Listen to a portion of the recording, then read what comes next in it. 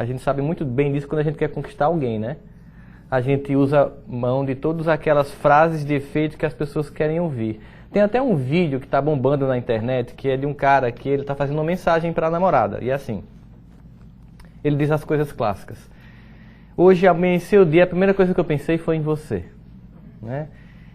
Você é aquela pessoa cuja minha vida, depois que conheci, ganhou todo o sentido. Não sei como consegui viver até hoje sem você. Portanto, eu não podia começar o dia sem dizer todas essas coisas para você. Aí mandar para. Aí ele vai selecionando Marta, Júlia. Porque o discurso é o mesmo. O discurso é padrão, né? Você vai ver o que é um pedófilo na internet, a sedução dele é padrão. A gente sabe o que as pessoas dizem para nos enganar e a gente escuta e acredita.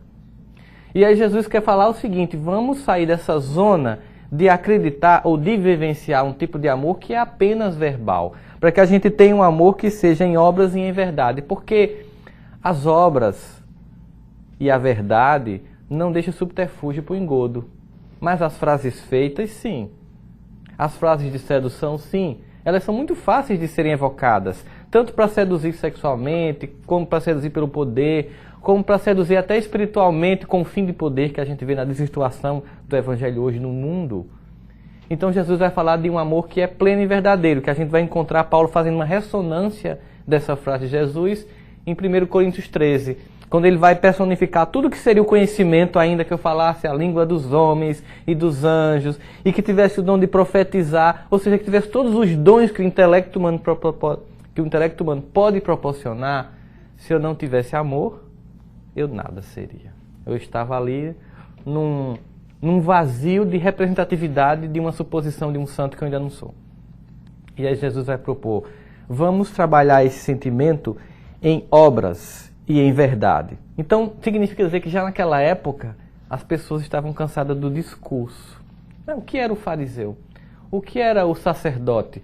O que era o doutor da lei? Tão mostrado em vários momentos por Jesus como alguém que tinha um conhecimento da Torá, que conhecia as leis de Deus, mas não vivenciavam de forma em verdade e com amor. Vivenciavam na forma, no rito, porque para que se cria a forma e o rito nas religiões? Quanto mais rito e mais forma eu crio, mais me afasto da simplicidade do Evangelho, que não precisa de paramentos, que não precisa de rituais, que não precisa de formalismos. Aliás, o próprio Freud, quando ele estava desenvolvendo a teoria da psicanálise, ele desenvolveu uma tese muito interessante a respeito da racionalização, que é uma tendência que nós temos quando vamos nos equivocar, de se explicar. Então, quando alguém vai errar, ela se justifica. Não, eu estou fazendo isso por isso, por isso, por isso. Então, quando você está se dando muita explicação sobre uma coisa que você vai fazer, é porque você está tentando se enganar para se justificar e fazer aquilo. Porque ninguém para justificar o bem que vai fazer. Simplesmente faz. Porque ele é verdade, porque ele é amor. Ele é tranquilo, ele é puro. E aí a gente vê que em Romanos, no capítulo 12, versículo 16, Paulo ainda faz um aprofundamento disso, e aí levando em consideração a igreja, no sentido de as instituições que são fundadas nas visitas que eles fazem às cidades, que são aquelas primeiras pessoas que fundam esse movimento, que é o que vocês fazem aqui na Flórida com a doutrina espírita. Vocês se juntam, trazem para cá não somente a vontade de estar numa sociedade, num pacto coletivo mais organizado que a nossa no Brasil, mas também contribuir. Eu acho que talvez vocês não saibam, ou saibam disso, eu apenas vou repetir, que vocês pensam que estão recebendo muita coisa da América, mas vocês vieram aqui para dar muito mais. Porque vocês estão recebendo da América uma coisa que a América dá a qualquer pessoa. Estrutura, conforto, mais segurança do que tem no Brasil. Mas o que vocês trazem de espiritualidade a América está precisando. Então o que vocês têm como contribuição para aqui é muito maior do que o que vocês recebem. Porque o que vocês recebem está no plano da matéria. O que vocês dão é transcendente e atemporal, está no plano do espírito. E aí essa reunião de pessoas nos grupos, com as dificuldades humanas comuns que nós temos, Paulo dá um conselho: vivei em concórdia entre vós. Não sejais arrogantes, mas adotai um comportamento humilde para com todos, e não sejais sábios aos vossos próprios olhos. Ou seja, porque num processo, e a gente até vinha conversando isso no carro, Rosana dirigindo bem devagarinho para a gente chegar aqui na hora, aí o pescoço para lá, o pescoço para cá, estava pior do que as turbulências ali perto de Cuba. E aí a gente... Mas a gente chegou vivo, né, irmãzinha? a ideia de que, graças a Deus, a gente chega nessa ideia de que eu preciso estar junto porque eu não consigo fazer tarefa nenhuma só mais. Um dos livros mais interessantes que eu li recentemente, que é de um autor americano, é O Fim do Poder, em que ele trata justamente, a gente vai ver na regeneração de várias formas, sabe? No momento em que os donos do poder estão perdendo poder para um empoderamento geral do coletivo.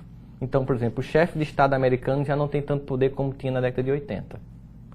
Os donos das grandes corporações também não têm. Porque as pessoas vão se empoderando. No mundo que vai mudando de status, de mundo de regenerações e provas de expiações e provas para regeneração, vai havendo um empoderamento coletivo. E hoje qualquer pessoa que trabalha numa organização qualquer sabe o quanto a complexidade das tarefas não permite que eu faça nada só. E para que aquela coisa seja executada, eu preciso da colaboração de muitos. De modo que hoje, no mundo corporativo, o que mais provoca demissão não é a incapacidade técnica de executar a tarefa. Não. É a incapacidade de se relacionar com os outros que vão executar a tarefa comigo, porque eu não faço mais só. Então a incompetência emocional hoje gera muito mais demissão no mundo corporativo do que a incompetência técnica, porque a empresa parte do seguinte pressuposto: eu consigo lhe treinar para fazer isso, mas eu não consigo lhe treinar para viver com os outros que fazem isso. Isso é ganho emocional que você traz de casa, isso é inteligência emocional. Então significa dizer que para estar em grupo eu tenho que ter essa simplicidade, essa humildade, porque os conflitos vão acontecer, os egos humanos vão se chocar, mas aí a espiritualidade diz assim: felizes os que calam as contendas pessoais em prol de uma coisa maior. Que em qualquer relacionamento, seja no casamento, seja no emprego, seja entre amigos de uma instituição espírita, você tem que sempre se perguntar se você quer ter razão ou você quer ter paz. E às vezes não, sempre é melhor a paz. Mesmo que você tenha que abdicar da verdade naquele momento, dizendo que não, tudo bem. Se é para que você volte a uma condição de pacificação, você está certo. Me desculpe. Sabe o que é você pedir desculpa por uma coisa que você sabe que está certo? É um sentimento de dignidade, de humildade. Quando você entende isso não como, que coisa ridícula, então eu estou certo e eu vou ter que pedir desculpa. Meu irmão, porque você está certo, inclusive por ter a grandeza de entender que aquele comportamento é infantil. Não tome como pessoal, não se troque, deixa a criatura ter razão, porque ela vai perceber que sua atitude foi diferente. E você não desceu a condição psicológica dela. Você, na atitude de pacificação, você faz o outro subir na sua condição psicológica de uma atitude superior. Então é sobre esse conjunto de consequências do amai-vos que Jesus fala, porque a gente sempre coloca num patamar tão longínquo. Amar ao próximo como a si mesmo é uma tarefa inviável para a realidade psicológica e espiritual da humanidade. Mas construir as pontes para esse amor como meta é uma necessidade urgente para nós. O adiar dessa construção é o provocador de nossa infelicidade constante, desse esvaziamento que a gente sente. A gente percebe, por exemplo, que durante muito tempo houve uma busca e uma tentativa de reconstrução do Templo de Jerusalém. Inclusive lá no Brasil, vocês sabem que é de Macedo. Sem comentários, pulemos essa parte, né? Por que o templo ruiu? E por que o templo sempre vai ruir? Porque tudo que o homem faz de pó, de pedra e de cal tem tempo e tem prazo. E porque o grande objetivo da destruição do Templo de Jerusalém era fazer os homens entender que o templo tem que ser construído no coração, o lugar onde ele não pode ser destruído. Onde guerras, onde as indiferenças, onde os conflitos não podem destruir. Portanto, só vai restar um muro para lamentar de um templo que eu não construí ainda em mim. Quando o templo for construído em mim, eu não vou precisar de nenhum lugar para lamentar, porque eu não vou ter mais do que lamentar. Porque uma vez que eu tenho um templo dentro de mim, eu tenho o sagrado. E quem tem o sagrado vive na lei. E quem vive na lei flui. Até o trânsito, né? Então, a gente tem no tracking, né? A gente vai num processo de concordância. Eu tenho um amigo lá em Campinas que ele diz: Sandro, quando a gente está na lei, a gente está nadando a favor da correnteza. Então você não tem nem que fazer esforço, basta fazer assim, que a água vai lhe levar. Quando você nada contra a correnteza, você está indo contra tudo que é o objetivo da lei divina. E ele tenta fazer: meu filho, inverte aí o teu vetor que vai tudo fluir. Você está nadando contra a correnteza, né? Então existe um objetivo nesse processo. E aí essa correnteza significa dizer que eu preciso ter um caminho para chegar a esse ponto, a esse ser que é o amor. Ninguém vem ao Pai senão por mim. Muitos leem essa frase como um culto personalista à figura de Jesus. No só Jesus salva. Ninguém vem ao Pai senão por mim é muito mais complexo do que um culto personalista a Jesus. É deixar Jesus de ser apenas um objeto de culto e ser o que é mais difícil, um modelo de comportamento. Fazer Jesus um objeto de culto é fácil, botar na camiseta é fácil, louvá-lo é fácil, porque ele é digno de tudo isso, de toda honra, de todo louvor, de toda glória. Mas o que ele espera da gente? Uma reciprocidade de conduta. Qual é o maior modelo que foi oferecido à humanidade para que possamos seguir? Pergunta de Kardec aos Espíritos. A mais curta resposta, Jesus. A mais complexa resposta. Olha só o modelo que se estabeleceu para a gente. Jesus, então, visto como um modelo de comportamento, que me lembra muito da música de Padre Zezinho. Vocês conhecem o Padre Zezinho, né?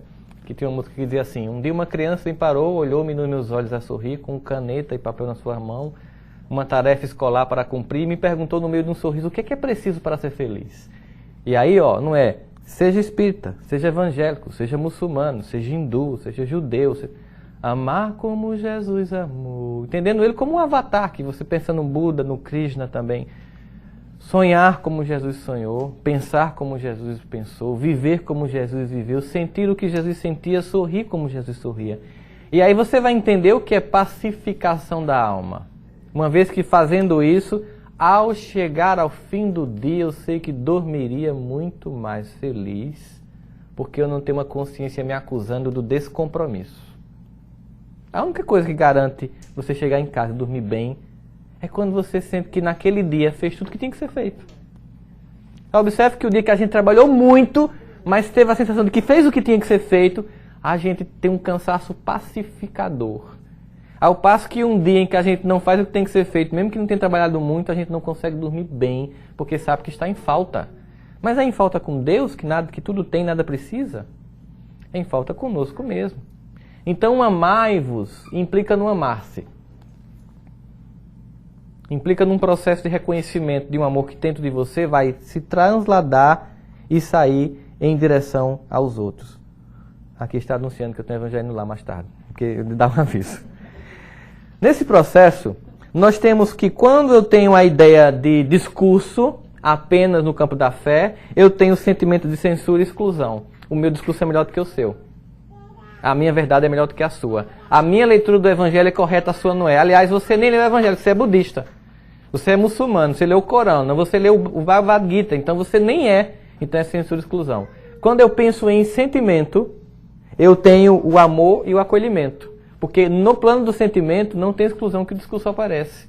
Porque você pode ter várias divergências no campo da fé em relação à interpretação dos evangelhos. Você pode ter várias divergências com relação aos outros manifestantes espirituais que a humanidade nos oferece. Mas você nunca vai divergir quando todo mundo fala que perdoar é importante. Todo mundo vai dizer é. Conviver em fraternidade é importante? Vai dizer é. Respeitar o outro é importante? Sim. Então, no plano do amor, todos nos encontramos. No plano do discurso, há apenas o conflito. Há apenas a discórdia. Nesse processo, Emmanuel, sem comentários, o que esse homem faz da análise do Evangelho, pega um trecho e destrincha numa leitura tão profunda que deixa você assim meio atônito. Ele vai fazer uma leitura, ou vamos dizer assim, uma exegese dessa passagem bíblica, porque a gente observa o seguinte: existe uma coisa que a gente chama muito lá em Campina Grande, no NEP, que é o Núcleo de Estudos e Pesquisa do Evangelho, que Haroldo capitaneia junto com a FEB, que tem sido feita aqui também, tem no KSSF, que é a exegese, que é uma análise profunda teológica dos textos, mas tem a exegege. É quando você faz uma leitura tão equivocada que nem mesmo um jegue conseguiria fazer. Então, a exegese que Emmanuel faz desses textos transcende muito profundamente aquilo que é oferecido no primeiro plano. Ele vai, então, fazer uma realça a definição de amor, caridade, que vemos na carta de Paulo aos Coríntios, 1º, capítulo 13. Porque ele vai dizer o seguinte: por normas de fraternidade pura e sincera, recomenda a palavra divina, amai-vos uns aos outros. Aí ele começa a dizer de que modo esse amor pode se dar, porque observe, na leitura eu posso fazer uma leitura que seja concordante a mim. Lembra do doutor da lei? O que é necessário para ser salvo? Aí Jesus não responde, porque se ele desse uma resposta, poderia gerar interpretações. Ele pergunta, o que você leu, o que você entende? Eu quero ver qual é o seu nível de leitura e de entendimento. Amarás a teu Deus sobre todo o teu entendimento, todo o teu coração, e ao próximo como a ti mesmo. Aí Jesus responde, dissestes bem, faze isso e viverás. Aí ele faz a pergunta capciosa, e quem é meu próximo? Porque na leitura de uma frase eu posso fazer um monte de subleituras. Mulheres têm essa capacidade.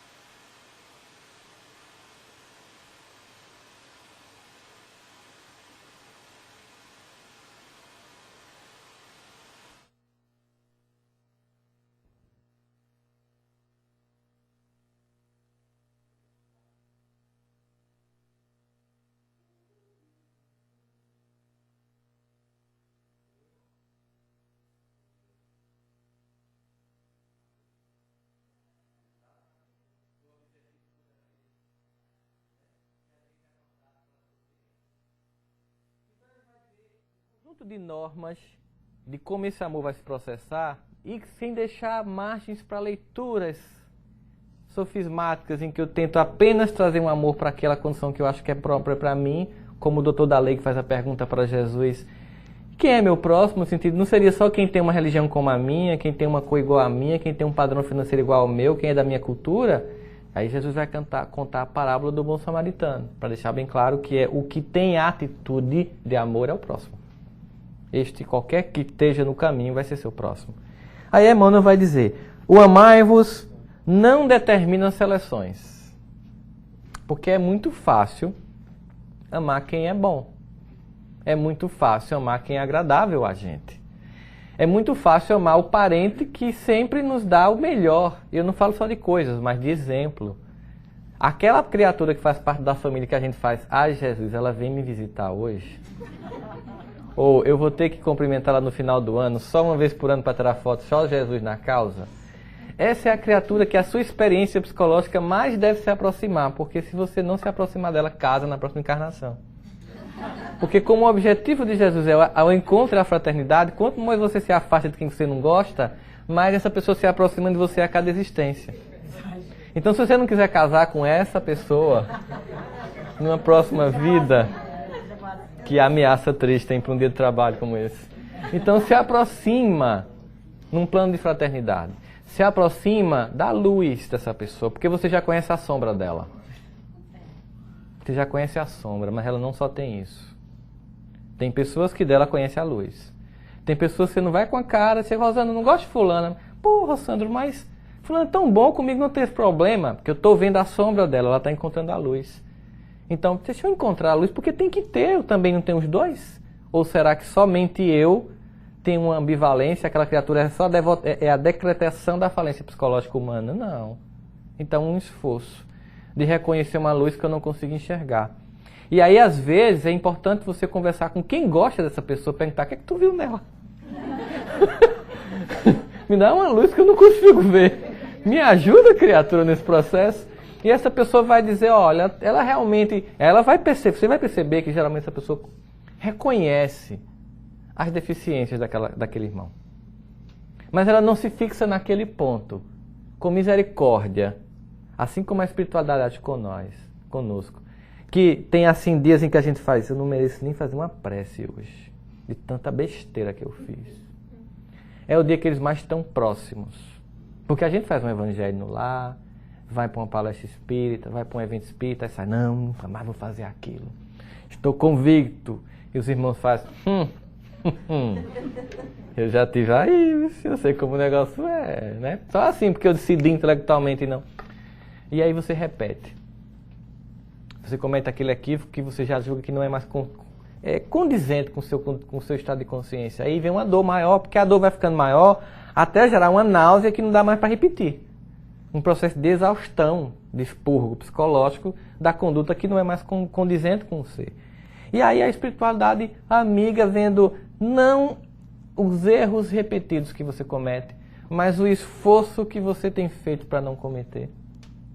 E os pontos de positividade que já existem no seu ser. Isso é um olhar de misericórdia. E só assim, tendo para com o outro a misericórdia que eu solicito e preciso de ter da espiritualidade de Deus, eu consigo amar sem seleções. Ele diz ainda que nesse amor não se exalta as conveniências. Não, eu vou tratar bem fulano porque vai que eu preciso depois. Essa pessoa ocupa um lugar muito legal na sociedade, então dar um bom dia, ela é importante. Né? Tá, come aí uma seja bem-vindo. Aí tem uma criatura que você acha que nunca você vai precisar dela, muito pelo contrário, é capaz dela pedir dinheiro emprestado, aí você ignora. Porque não é conveniente. E aí quando você tem esse tipo de amor, você esquece duas coisas, regras básicas da vida. Uma, a vida gira. E aquela pessoa que hoje você pensa que pode não lhe dar nada na vida, pode ser a que você precise essencialmente no futuro. Por isso que, por interesse, Santo Agostinho vai dizer, se o homem soubesse como é bom, seria bom por egoísmo. Vê que conceito interessante.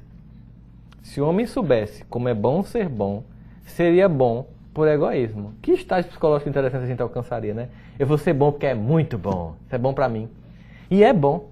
Mas aí quando você chega nesse estado, você já nem precisa mais disso, porque você começa a perceber que você está muito para dar para alguns e para outros receber. Por isso que Paulo vai dizer assim, eu devo a sábios e a ignorantes, eu devo a gregos e devo a bárbaros. Quando a gente pensa em amar sem determinar seleções e não exaltando conveniências, é porque de pessoas que estão à frente de mim, em vários planos, eu recebo.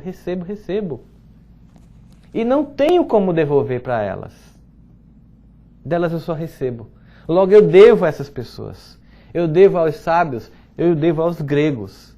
Mas aí eu devo aos bárbaros e ignorantes que estão atrás de mim e que precisam de mim apenas receber. E é infantil de mim imaginar que essa criatura que eu dou vai me devolver, porque eu não estou devolvendo a quem de cima está me dando.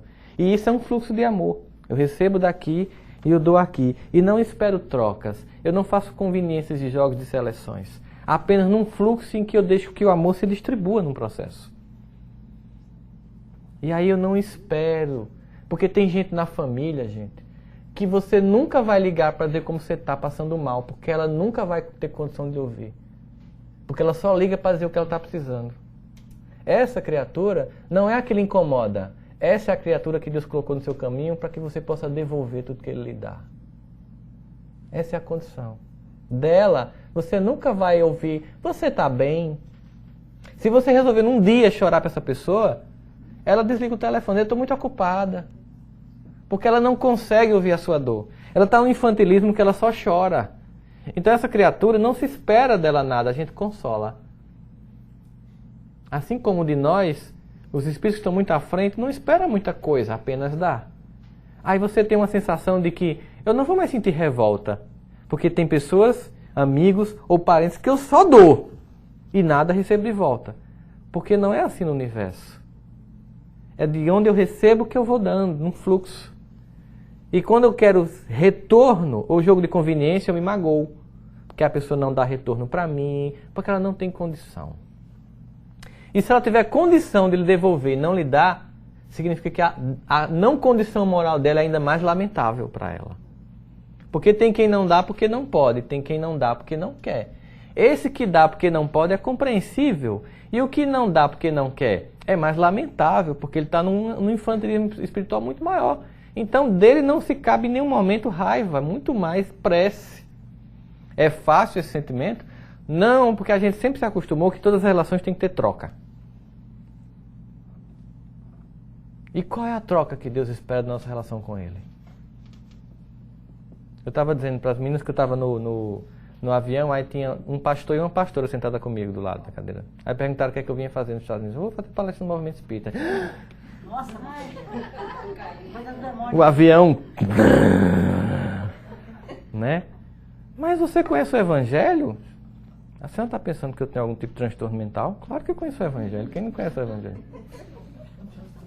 Eu era espírita, eu disse, pois eu era evangélico, 20 anos. E a vida é assim, eu conheço vários amigos que eram evangélicos, são espíritas, espíritas são evangélicos. Não, porque Deus, a senhora entende mesmo a Bíblia, quer conversar comigo de verdade? Quero. Aí comecei ela começou a sentir que a gente tem conhecimento do Evangelho. No final, quando eu desci no aeroporto, ela, Deus lhe ilumine na sua tarefa, que Ele lhe abençoe, vai evangelizar. Eu digo, a senhora também vai evangelizar, lhe ilumine. Porque ela achava, né, se você acha que eu sou da oposição. E eu vou lhe dizer uma coisa, todos os religiosos são partidos diferentes da base de sustentação do governo de Deus na Terra. Quando a gente tem essa visão serena, a gente não vê inimigos, a gente vê amigos. A gente entende quando Jesus diz, quem é por nós não será contra nós. Portanto, amplie sua visão, para em vez de ver inimigos em todos os lugares, ver companheiros de Deus em toda parte, porque o mal está lá fora. Enquanto a gente briga aqui pelas pequenas contendazinhas, reencarnação ou não, salvação antecipada ou não, santos ou não, o mundo está lá fora detonado em violência, em drogas, em materialismo, em angústia, em depressão e dor. E o nosso objetivo para servir Jesus não é estar aqui disputando quem está com a verdade, é viver essa verdade no Evangelho. E aí você não tem seleções. Não é só quem tem o meu culto, não é só quem é da minha igreja, não é só quem é do meu centro, não é só do meu bairro. São um amor que é direcionado sem seleções, sem conveniências. E ele continua, que não impõe condicionais. Eu só amo você se... Quando você só faz alguma coisa se, tem condicionais. Se tem condicionais, não é amor, é troca, é negócio. Bem claro, bem afirmado. Não desfavorece os infelizes. Porque, olha, gente, desfavorecer o infeliz. Veja a condição disso, né? Eu faço muitas palestras para educadores no Brasil. Escolas, universidades. E comumente eu chego numa escola pública, eu estava num congresso recentemente, e tinham 600 professores de escolas públicas. E eu falando assim, quando a gente pensa em políticos como corruptos, e imagina um educador que ensina na escola pública, e porque naquele dia a aula da escola pública ele chega atrasado, ele é corrupto. Se ele sai mais cedo, ele é corrupto. Se ele dá uma aula capenga, ele é corrupto. Porque naquele mesmo dia à tarde ele vai para uma escola privada. Aí ele dá a aula na hora, termina na hora e dá uma aula bem dada. E às vezes recebe a mesma coisa da escola pública. Então, você está desfavorecendo o infeliz. Eu acordo de manhã e saio e passo na frente de uma escola pública. Às 7h10 eu passo na frente dessa escola pública. Nem o vigilante chegou. Na frequência, eu passo depois de mais ou menos uns 4 ou 5 minutos numa escola cuja mensalidade é R$ 2.500. E tem filas de carro desde as 6h30 da manhã. Tem guardinhas de trânsito na porta da escola. Quem é favorecido, continua sendo favorecido. E quem é desfavorecido é ainda mais desfavorecido. Então, eu posso ser um espírita extremamente atuante no movimento espírita, um evangélico, um católico, e quando eu vou lá fazer minha tarefa profissional, eu acho com indignidade. Eu estou desfavorecendo os infelizes. Não menoscaba por isso os fracos, ou não menospreza os fracos. Porque é aquela coisa, né? Aqui eu posso ignorar. Fulano não vai me ser útil. É o amor de conveniências que ele está deixando bem claro. Esse amor não é um amor que vai ser algo que vai contribuir para o meu crescimento, o crescimento do outro. E por isso ele não faz privilégios. Vocês lembram que no passado as grandes famílias ficavam na frente, nas igrejas, sentadas na frente, né? e eram enterradas dentro da igreja. O que não adiantava, porque ia para o umbral do mesmo jeito. Obviamente. Né?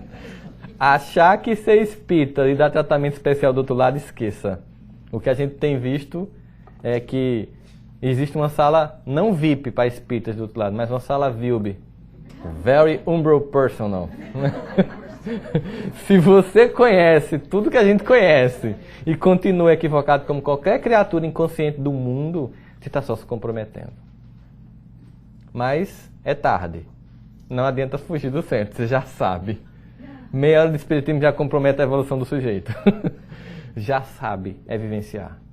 É deixar que essa condição que nos é dada por Deus, privilégio, de num mundo desbussolado, desorientado, sem norte, de profundas transformações que está mexendo com toda a estrutura do planeta, geológica, física, política, cultural, histórica e pessoal, ter um frontispício luminoso, que é a terceira revelação, como possibilidade de cura e de se achar, é um privilégio. Que nos dá uma grande dívida de levar essa luz a todos. E não pense que levar essa luz a todos é sair de Campina Grande para vir dar uma palestra no Brau e depois de pegar um voo de 9 horas, né, 3 para São Paulo, mais 8 para cá. Isso é nada, gente. Que Paulo andava de jumento. Eu vim de TAM. Certo? Então isso não é nada. Do lado da pastora orando por mim, tentando me converter. Então não é nada. Isso não é nada. É me tornar um ser cuja vida é um evangelho vivo. Cujo silêncio, com gestos, faz que o outro perceba uma paz que ele não tem. E aí eles vêm me perguntar, de onde vem a tua paz? Aí você vai dizer, do Cristo. Mas que Cristo? Porque eu conheço muitas pessoas que se dizem ser dele e não têm essa paz. Aí você faz, agora vem cá que eu quero te mostrar, igual a música do VAR, vem cá que eu quero te mostrar, né? Ou seja, que você tem realmente algo para mostrar, porque a sua prática de conduta, e não pense que significa dizer que você vai ser um Chico Xavier, não, né? Nenhum desafio grandioso que não seja uma vida pautada na dignidade, num comprometimento com o outro, na capacidade de acolhimento das pessoas. E isso não implica nenhum tipo de tarefa hercúlea que a gente possa dizer, não, mas eu não consigo. Isso é um discurso que nós temos para nos manter na zona de desconforto, do desconforto da inércia evolutiva. No momento que você abre mão disso, você continua. E ele continua. Por isso, esse amai-vos, Emmanuel continua, ele não pede afastamento dos maus. Olha que interessante. Porque ele vai entender que esses maus não são maus, mas são aqueles que proporcionam para mim os grandes testes de crescimento. Sabe, no grupo de estudo, aquela pessoa que discorda de tudo, a pessoa faz, por que ele não vai para outro centro, Jesus? Vamos fazer uma prece para ele sair do Brau, ele ir para o KSSF, a PRA, Rosana e Marisa lá, pelo amor de Deus, Jesus, leve ele para lá. Né? A gente quer que todo mundo seja harmônico e concorde. A gente não quer que ninguém seja incômodo no grupo de estudo. Essa criatura, ela é importante por vários motivos. Uma, porque ela deixa a gente cair na zona de tá tudo certo, vamos questionar mais.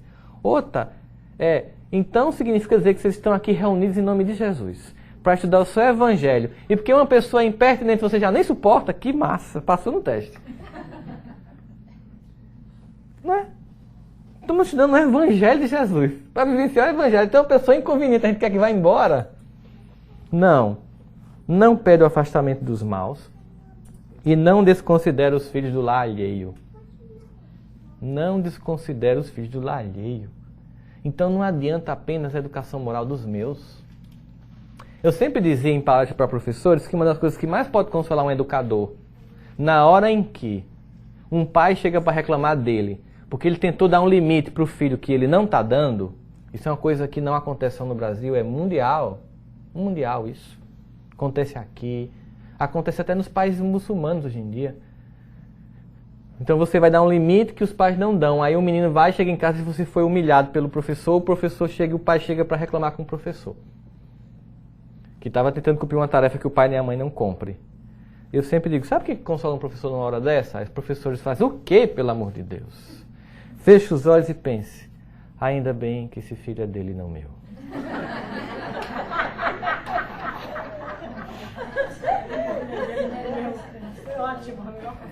Mas eu mudei de opinião. Mudei de opinião. Depois que li esse texto de Emmanuel, eu mudei de opinião. E depois que uma cena no Brasil, dessas lamentáveis cenas que nós temos na sociedade, me fez mudar de opinião. É quando uma mãe do Rio de Janeiro consegue pegar um filho da zona norte do Rio, periférica, uma cidade de 8 milhões de habitantes, com violência que a gente conhece, polícia corrupta, mas consegue fazer com que esse filho não se envolva com narcotráfico, que ele, mesmo na escola pública, consiga passar no concurso e vai trabalhar num banco. E aos 23 anos ele arrume, vista sua camisa, ensaque, né, sua camisa, coloque seu cinto, vá passando por uma passarela, enquanto que um homem vem com um caminhão, com a caçamba aberta, para não ser multado, e derruba a passarela e mata mais 4 pessoas. Não podemos ficar no simplismo de visão do espiritismo, que era o karma dele. Não vamos ficar nisso, é uma visão simplista e pequena do doutrina espírita. O escândalo tem de vir, mas ai daquele por quem vier o escândalo. Significa dizer que se eu educar meu filho, mas os outros ficarem deseducados, ele pode sair para caminhar e uma pessoa alcoolizada bater o carro e matá-lo, matar para roubar um tênis, porque a educação é para o mundo. Porque nós fazemos parte de um mesmo orbe, um planeta que vai zarpar para um plano evolutivo, mas sem que nenhuma criatura não esteja embarcada. Não adianta se acotovelar na fila de entrada para chegar primeiro. Não tem first class. Não tem. Tem a classe da fraternidade. Implica dizer que quanto mais eu abro mão da fila para que o outro entre, mais o movimento de evolução acontece. E que eu não posso esperar que a evolução se dê só para mim. Eu sei que muitos de vocês vêm para os Estados Unidos também para sair de uma sociedade bem complicada de viver. E eu moro lá e sei o que eu estou falando. Mas não adianta imaginar que estar aqui está seguro. Porque como vocês estão vendo, movimentos de transição no planeta são muito complexos. Nós estamos vendo uma Rússia atacando um país e colocando em risco a paz mundial. Nós estamos vendo o Hamas crescer e fazer Israel recuar. Nós estamos vendo grupos islâmicos se desdobrarem em terrores cada vez maior. Porque nós temos que pacificar o planeta todo e não uma nação. Não adianta colocar muros.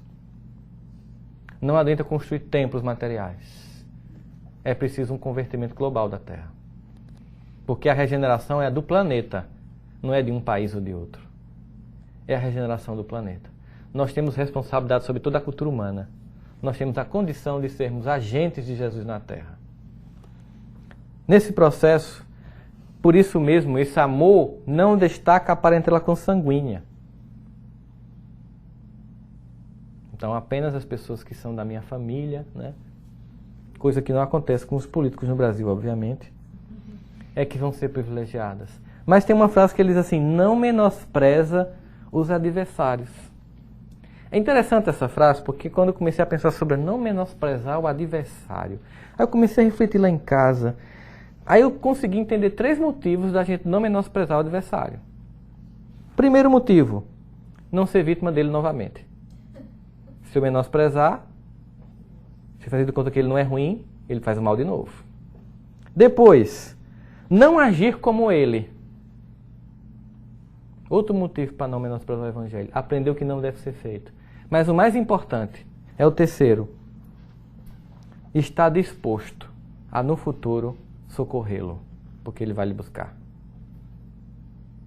Então, não menosprezo para não ser vítima.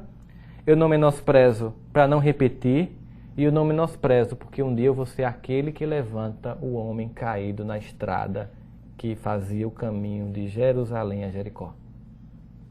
Eu vou ser o samaritano, eu vou ser o instrumento movido de compaixão. Por isso eu não menosprezo o adversário.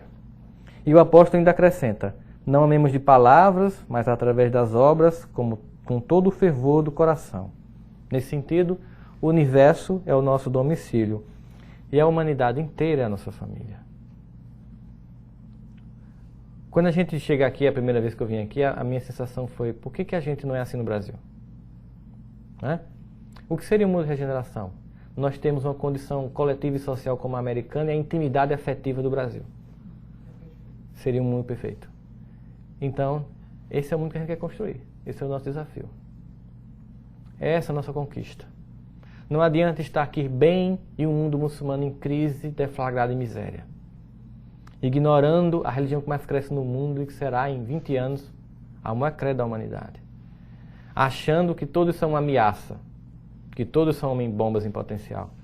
Não entendendo uma mensagem também redentora do Alcorão. Encontrando concórdia. Porque o que aumentou a violência em Israel é que na década de 80 havia uma convivência entre palestinos e judeus. Os palestinos trabalhavam em Israel. Mas foi se criando uma condição política em Israel que eles foram isolados. E hoje os jovens da Palestina nunca foram a Israel e não conhecem um judeu de perto. E só os veem como inimigos. A mesma coisa acontece com os jovens judeus, que não têm convivência com os palestinos. Vocês assistiram aqui o filme O Mordomo da Casa Branca? É um filme que vale a pena assistir, mas tem uma cena que eu acho fantástica no filme inteiro. É quando o filho dele entra para um grupo radical, que aconteceu mesmo nos Estados Unidos, a libertação da causa negra nos Estados Unidos. Os Panteras Negras, se eu não me engano. E o líder do movimento pergunta qual é a profissão do pai dele. E ele, envergonhado, diz, mordomo.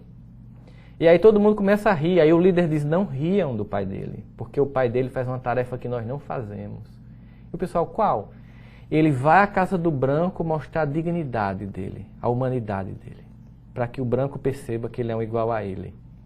Ele vai servindo para ensinar o outro a crescer. E ele faz as pontes que nós não fazemos. Olha que visão. Que visão. Eu não vou como subserviente, eu vou como agente do bem. Olha a visão, gente. Olha a transcendência do Evangelho de Jesus. Então, se eu me separo por facções, por grupos, eu mantenho o ressentimento, o ódio e o afastamento. Se eu amo indistintamente e vou ao encontro, eu crio a fraternidade. Não tem condição nenhuma da fraternidade se sobressair no plano da humanidade se nós não agirmos com um amor que não é de palavras, mas que é de fato de gestos e em verdade. Essa é a grande construção que nós temos, é a tarefa que nos cabe. Não pensem que aqui eu estou pedindo para alguém se candidatar pelo Partido Republicano ou Democrata para fazer isso, não precisa, embora também se possa fazer como agente político. Mas é no sentido de que, como agente humano de uma política no sentido mais transcendente, de querer mudar a cultura, nós temos que entender a mensagem de Jesus não como contra a cultura ou como a favor da cultura, mas como um agente transformador e redentor da cultura humana. Gente, muito obrigado. Desculpa o atraso, viu? Muito obrigado. Deus abençoe a todos vocês. Muita paz.